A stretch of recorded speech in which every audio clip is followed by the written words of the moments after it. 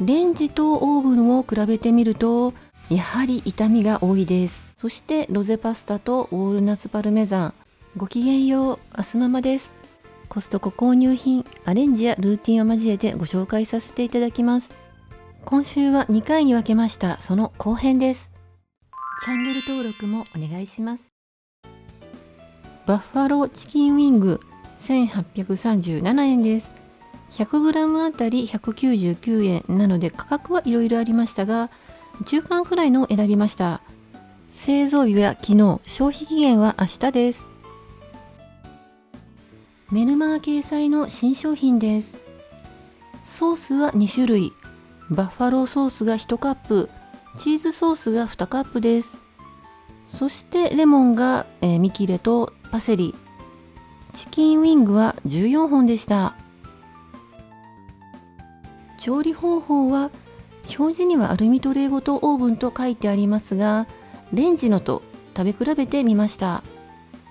6本を180度のオーブンで15分、2本はレンジ、ラップをかけて500ワットで2分です。残りの6本はコンテナに移して翌日用に氷温チルドに入れました。焼いている間にソースを使いやすい器に移してます。チキンウィングにはしっかり味がついていますが、パンチが足りない方にはバッファローソースで辛さをプラス、逆に辛さをマイルドにしたいならチーズソースをつけると良いかと思います。チキンウィングは見た目が辛そうなのでちょっとね心配でしたが、辛いのが苦手な娘でも食べられるギリギリの辛さでした。酸味があるので辛さがマイルドに感じるのが美味しいです。あとこの2つのソースはまずいわけではないんですけれども、使わない方が美味しかったのでほとんど使いませんでした。レンジとオーブンを比べてみると、オーブンの方が衣がパリッとして香ばしさがあり美味しいです。レンジはべちゃっとした仕上がりになるので、トースターで追い焼きした方が良いかもですね。こちらは700ワットで1分、トースターで3分です。レンジで温めただけよりかは美味しかったです。タイ米とサラダ、スクランブルエッグ、バッファローチキンウィングのワンプレートです。ウォールナッツパルメザンブレッド798円から100円オフです。メルマガ掲載品です。焼きたてだったせいもあり、いい匂いがします。製造日は今日、消費期限は明後日です。重さは約 800g、直径は25センチくらいです。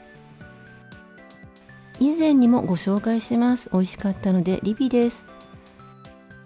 いつものアーティザンブレッドの酸味のある生地にパルメザンが加わったことで塩味と香ばしさが強く感じます。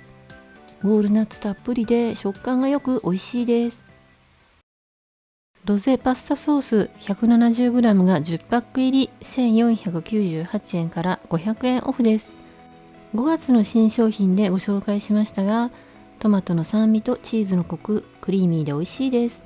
1食あたりは 99.8 円。原産国は韓国。賞味期限は、来年の4月です。今回はレモン風味のショートパスタにかけました。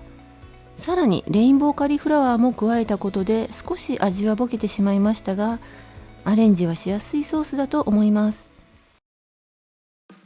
オーガニックベビーリーフ279円です。茨城県産です。いつもより安いのでちょっと心配でしたが、やはり傷みが多いです。今回は開封前には見えない中央に集中してました。ミックスリーフは葉が赤い系のものを、細い葉のもの、虫食い跡があるものから傷んでいくので、私は最初に分けています。葉が広くて緑のものは長持ちするので、キッチンペーパーを敷いたジップロックに移していきます。すぐに食べる分はサラダスピナーに入れていきます。今回の廃棄分は多かったです。コストコと関係ない話ですけれども、このサラダスピナーは20年前にニトリで買ってとても優秀です。左側のは IKEA で買ってみたんですけれども、これはね後悔しました。使いづらいです。まず目が粗いし、回しにくいし、回転も遅いです。水を入れるともうね本体がふにゃふにゃして扱いにくいです。ミックスリーフに発芽大豆、コーンをかけて簡単なサラダです。バッファローチキンウィングを乗せました。そしてロゼパスタとウォールナッツパルメザン。ドリンクはみちょのストロベリーです。毎週金曜日にまとめ買いをしています。レビューは数回に分けて編集完了次第アップしていきます。チャンネル登録をお願いします。概要欄にご紹介しきれなかった購入品も含めた価格情報などを載せています。お買い物の参考になさってください。今回も最後まで見てくださりありがとうございました。